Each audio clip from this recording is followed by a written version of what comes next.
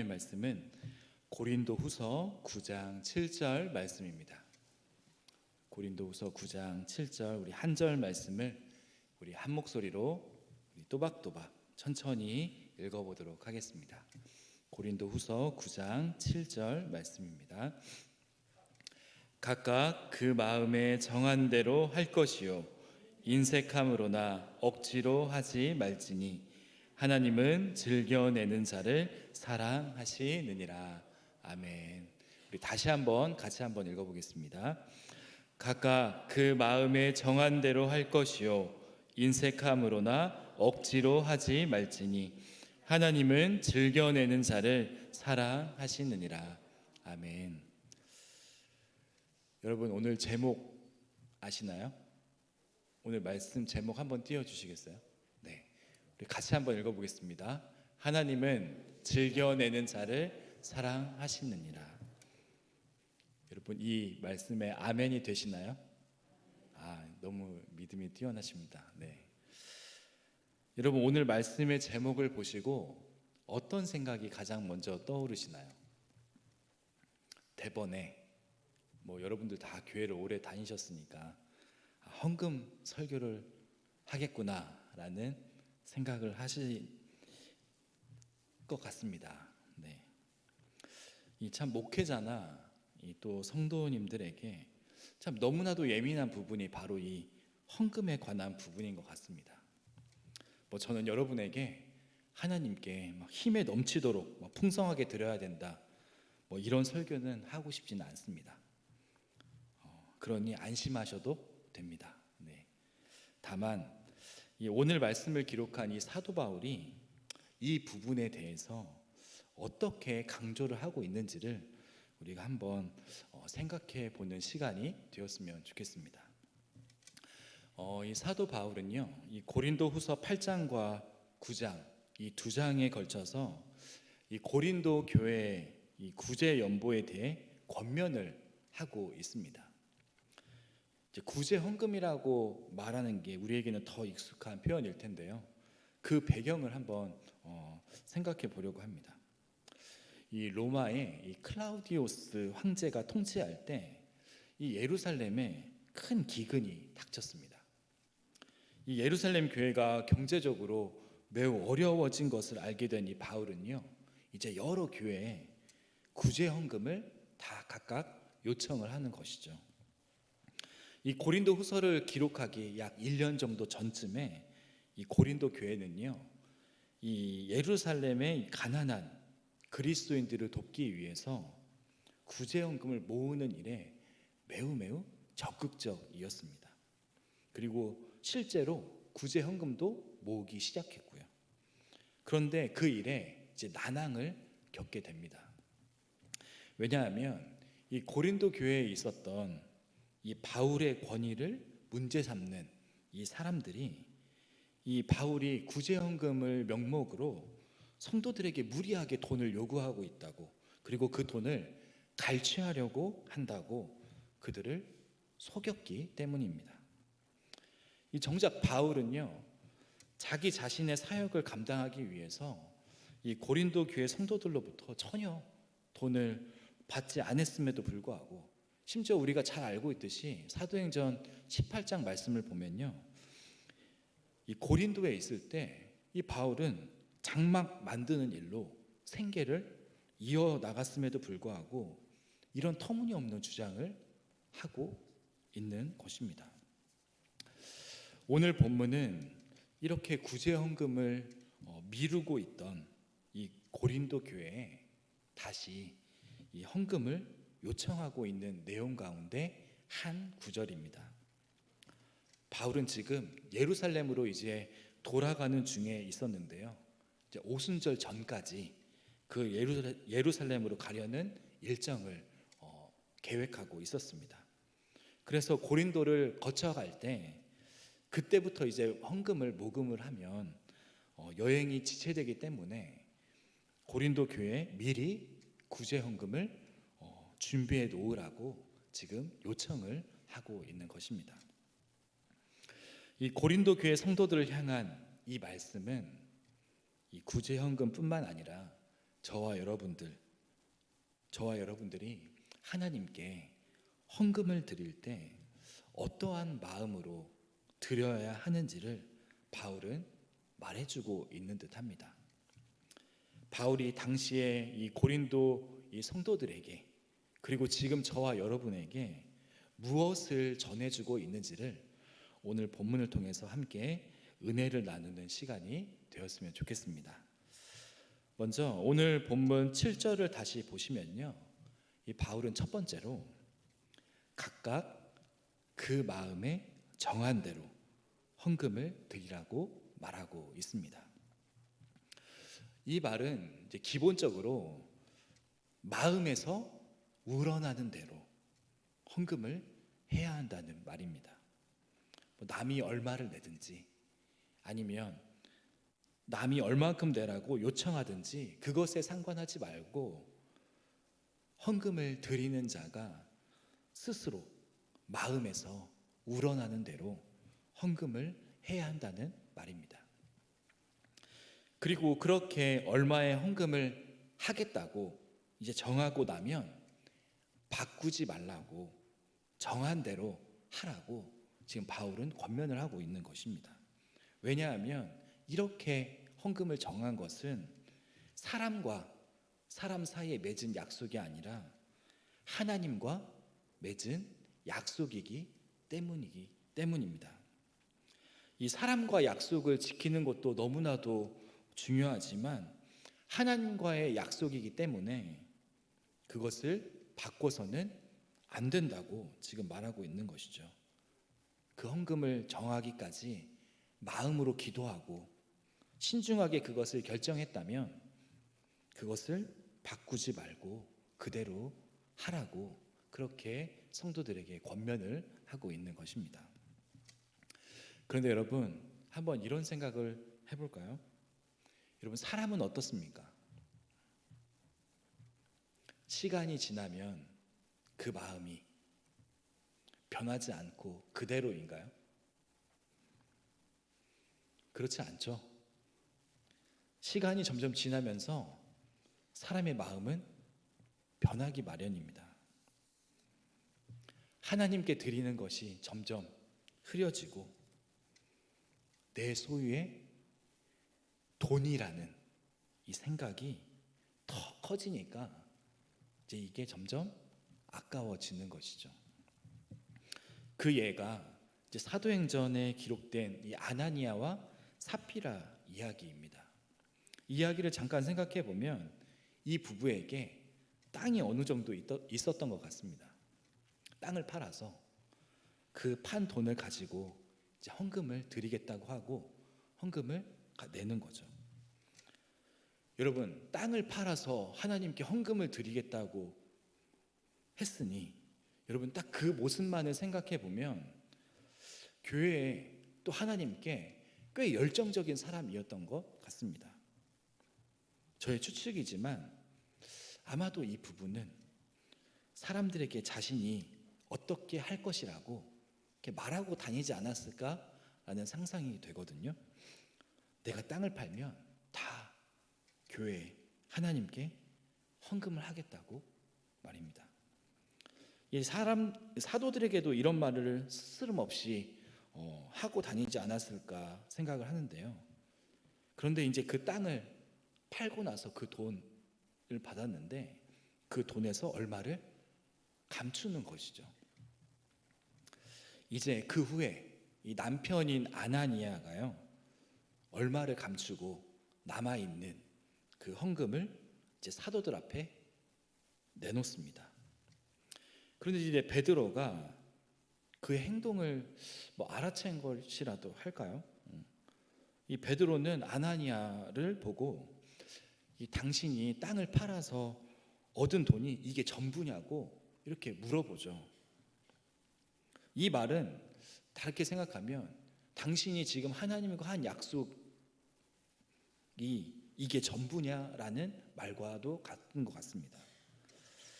이제 그 질문에 아나니아는 전혀 거리낌 없이 얼굴색도 하나도 안 변하고요, 그게 전부라고 말을 합니다. 이제 그 말에 이제 베드로는 아나니아에게 어떻게 하나님을 속일 수 있냐고 그렇게 나무라죠. 여러분, 여기까지 우리가 이야기를 듣는다면 우리가 상식적으로 생각할 때 이후에 이어질 이야기가 이 아나니아가 이제 회개를 해서 이제 회개하는 그 모습이 펼쳐지는 것을 기대하기 마련인데요. 여러분들도 잘 알고 계시듯이 그 이야기는 그렇게 진행되지 않습니다. 그 말을 듣자마자 아나니아는 그 자리에서 쓰러져 죽는 것이죠. 그리고 약 3시간 정도가 흐른 후에 이제 남편이 죽었다는 그 사실을 알지도 못한 채 이제 아내인 이 삽비라가 똑같이 이제 베드로 앞에 나오게 되죠. 이제 베드로는 또 아나니아에게 했던 질문 그대로 삽비라에게도 똑같이 하는데요. 아마도 그 전에 이 아나니아와 삽비라가 입을 맞췄을 것 같아요. 이 베드로에게 어떻게 말해야겠다고. 삽비라 역시도 그게 전부다라고 말을 합니다.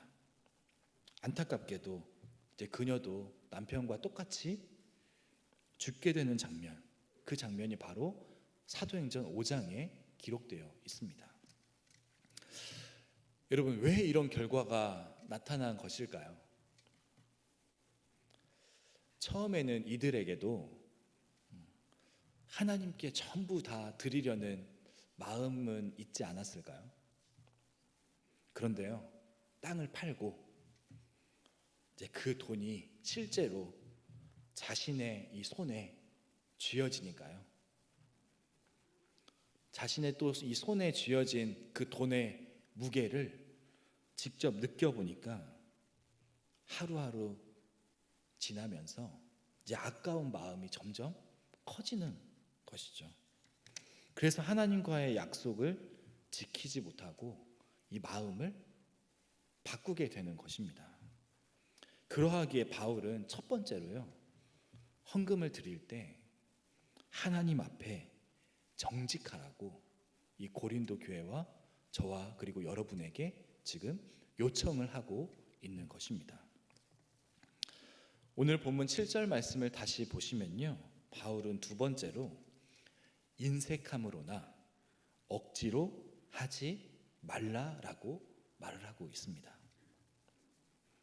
인색함.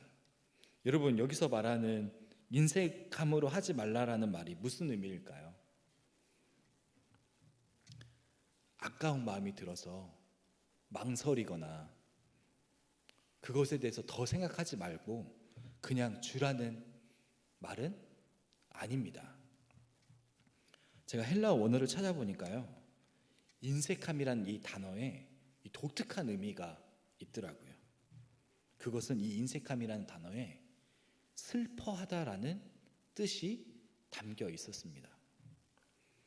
슬퍼하다, 인색함, 좀 매치가 되시나요? 이 의미가 인색함과 전혀 어울리지 않는 것처럼 느껴지는데요.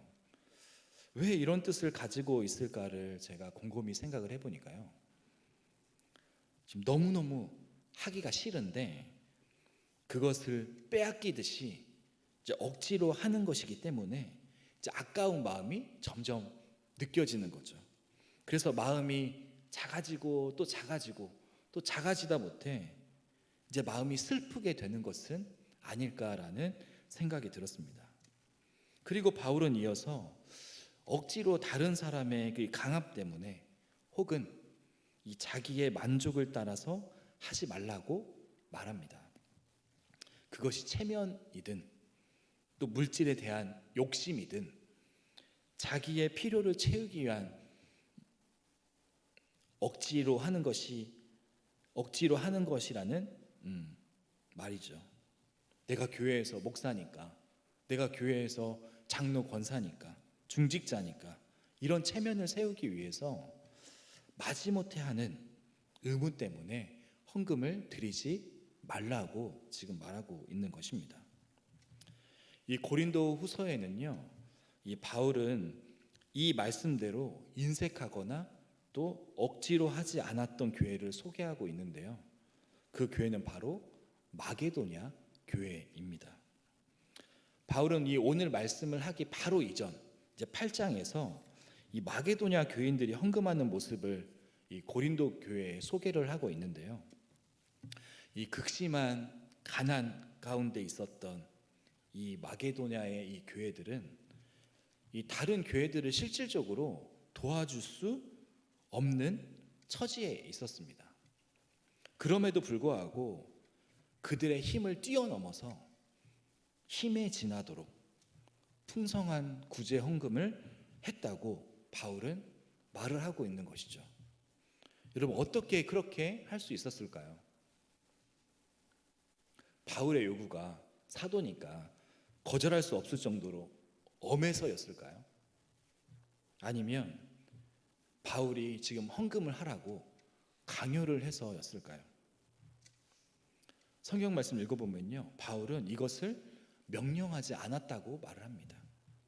오히려 정반대로요, 이 마게도냐 교인들이 이 바울 사도에게 구제에 동참하게 해달라고 오히려 간청할 정도였습니다. 실질적으로 자신은 가난한데도 불구하고 말입니다. 이 고린도후서 8장 2절 말씀에 보면 이 마게도냐의 성도들이 구제 헌금을 할 수 있었던 그 이유가 기록되어 있는데요. 우리 2절 말씀 같이 한번 읽어보도록 하겠습니다. 환난의 많은 시련 가운데서 그들의 넘치는 기쁨과 극심한 가난이 그들의 풍성한 연보를 넘치도록 하게 하였느니라. 극심한 가난 중에도 풍성한 헌금을 할 수 있었던 것은 그들의 마음속에 지금 넘치는 기쁨이 있었다고 지금 바울은 말하고 있습니다. 별로 가진 것이 없어서 기뻐할 것도 없었을 것 같지만 역설적이게도요, 이들의 마음속에 지금 그 기쁨이 넘치도록 있었다라고 바울은 말하고 있는 것이죠. 여러분, 그렇다면 무엇이 이들에게 가난이나 고난마저도 결코 억누를 수 없는 넘치는 기쁨을 주었을까요? 이어지는 9절 말씀도 우리 같이 한번 읽어보도록 하겠습니다. 우리 주 예수 그리스도의 은혜를 너희가 알거니와 부요하신 이로써 너희를 위하여 가난하게 되심은 그의 가난함으로 말미암아 너희를 부요하게 하려 하심이라. 아멘. 그것은 바로요, 그리스도의 은혜에 대한 깨달음이 그들의 마음속에 기쁨으로 자리하고 있었다는 것입니다. 여러분, 그들이 깨달은 그리스도의 은혜는 무엇일까요? 우리가 잘 알듯이 그 은혜는요, 자신들을 부요하게 하려고 기꺼이 스스로 가난하게 되신 예수 그리스도가 그 은혜라는 것이죠. 예수님께서는 하나님이셨지만 자기의 권리를 모두 기꺼이 포기하시고 우리가 같이 인간이 되심으로 저와 여러분들을 위해 가난하게 되셨습니다. 하나님이시고 모든 특권과 모든 권세, 하나님의 모든 지혜를 소유하셨지만 예수님은 그것을 다 포기하신 것이죠.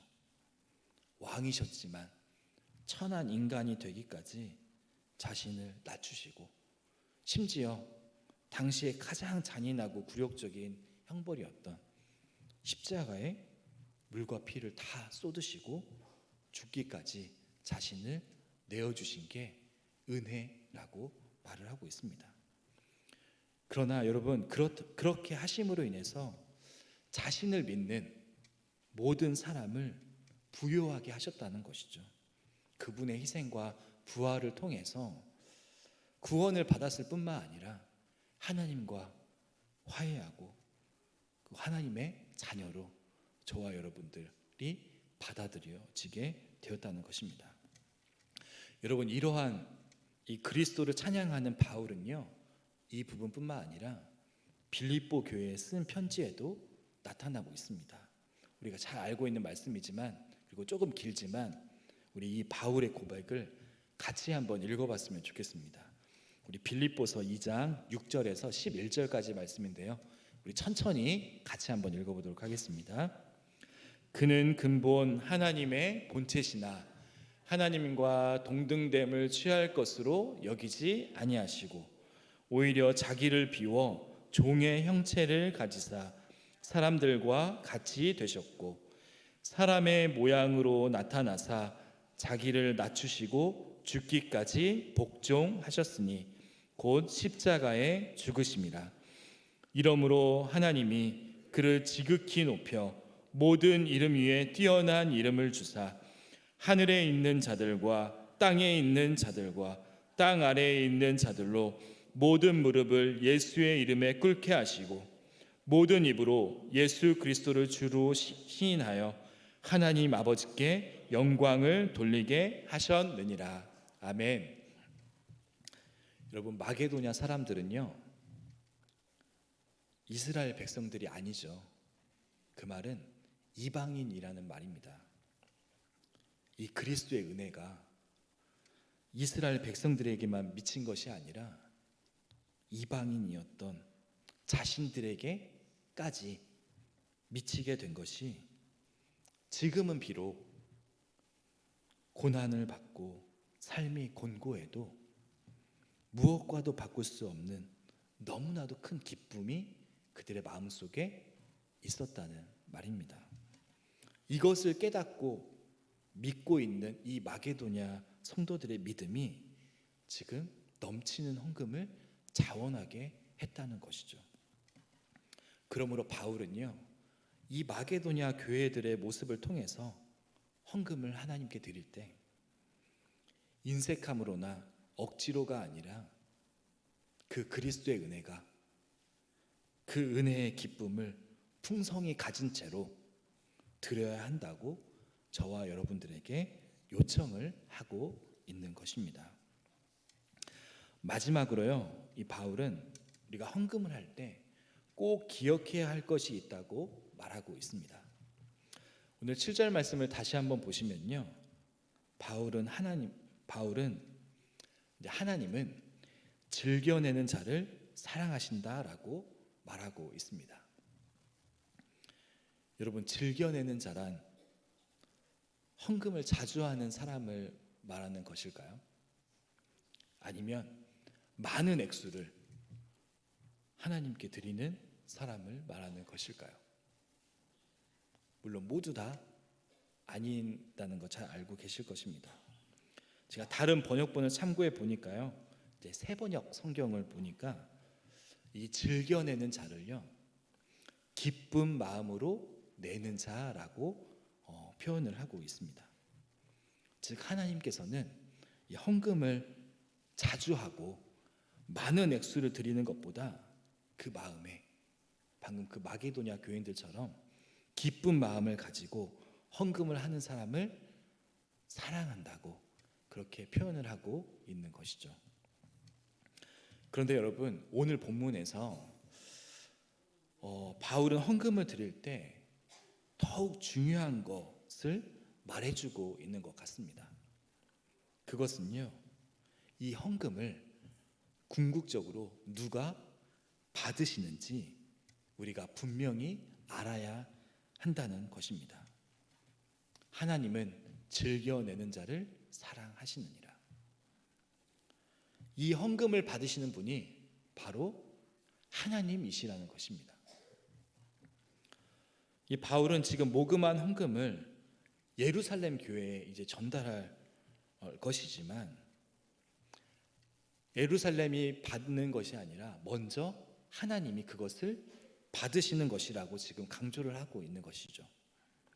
그 후에 그것을 예루살렘 교회를 위해 쓰게 되는 것이고요. 다른 말로 하면 이 헌금을 하나님께 드린다는 이 관점이 신앙생활을 하는 저와 여러분들에게 굉장히 중요하다는 것을 지금 말하고 있는 것입니다. 여러분, 헌금은 가장 먼저 하나님께 드리는 것인 줄 믿습니다. 지금 바울은 구제 헌금을 모으고는 있지만 바울은 분명하게 이것은 하나님께 드리는 헌금이라고 지금 말하고 있는 것이라는 말입니다. 그러하기에 사람이 아니라 하나님께 드리는 것임을 너희는 잊지 말라고 그렇게 말하고 있는 것이죠. 여러분, 그렇다면 왜 바울은 이것을 강조하고 있는 것일까요? 안타깝게도 하나님께 드리는 이 헌금을 하나님이 아니라 사람이나 교회에 하는 것으로 생각하는 사람들이 많기 때문입니다. 여러분, 뉴스를 보면요, 여러분들도 가끔 보셨을 것 같아요. 교회에 낸 이 헌금을 반환받기 위해서 소송이 진행 중에 있다는 이야기가 정말 가끔 등장하기도 합니다. 또한 실제로 이제 교회에서 문제가 생겨서 이제 교회를 옮기려고 하는데 이제 이전 교회에서 자신이 드린 헌금을 다시 요구하거나 자신이 드렸던 헌물을 다시 돌려달라고 요청하는 성도들을 제가 실제로 본 적도 있습니다. 여러분, 이들도 처음에는요, 하나님께 드린다고 헌금을 했겠죠. 헌물도 하고요. 그런데 시간이 지나고 이제 무엇인가 마음이 상하거나 문제가 발생하면 하나님께 드린 그 헌금과 헌물이 아깝다는 생각이 드는 것입니다. 이 고린도 교회의 성도들이 드리게 되는 이 구제 헌금도 마찬가지라고 저는 생각을 합니다. 처음에는 자신이 하나님께 드린다고 생각하면서 구제 헌금을 냈겠지만 지나고 나서 이제 이런 마음과 생각이 들 때가 있다는 거죠. 예루살렘 교회를 바라보면서 저 교회 내가 낸 헌금으로 살린 교회라고, 다시 일어난 예루살렘 교회를 바라보면서요, 자신의 헌신을 사용하심을 감사하면 너무나도 좋겠는데 그것을 넘어서서 헌금을 받는 대상이 하나님이 아니라 바로 내 자신이 되어버린다는 것입니다. 그래서 더 드러내고 싶고 더 알리고 싶은 마음이 생기기도 한다는 말이죠. 그래서 바울은요, 마지막으로 구제 헌금을 드리는 이 고린도 교회 성도들에게 이 헌금은 예루살렘 성도들이 먼저 그 대상이 아니라 하나님께 드리는 것임을 기억하라고 지금 강조를 하고 있는 것입니다. 그리고 그것을 저와 여러분들도 기억하라고 지금 바울은 마지막으로 요청을 하고 있는 것입니다. 오늘 준비한 말씀을 맺겠습니다. 우리 사랑하는 우리 북문의 성도 여러분, 제가 예배 때마다 이 성도님들과 인사를 나누려고 이제 본당에 있으면 성도님들이 이제 교회에 들어오시면서 귀하게 준비하신 헌금을 드리는 모습을 좀 많이 보게 됩니다. 그 모습을 볼 때 모든 분들이 이것을 정말로 소중하게 여기고 있다는 것을 제가 몸으로 느낄 때가 한두 번이 아닙니다.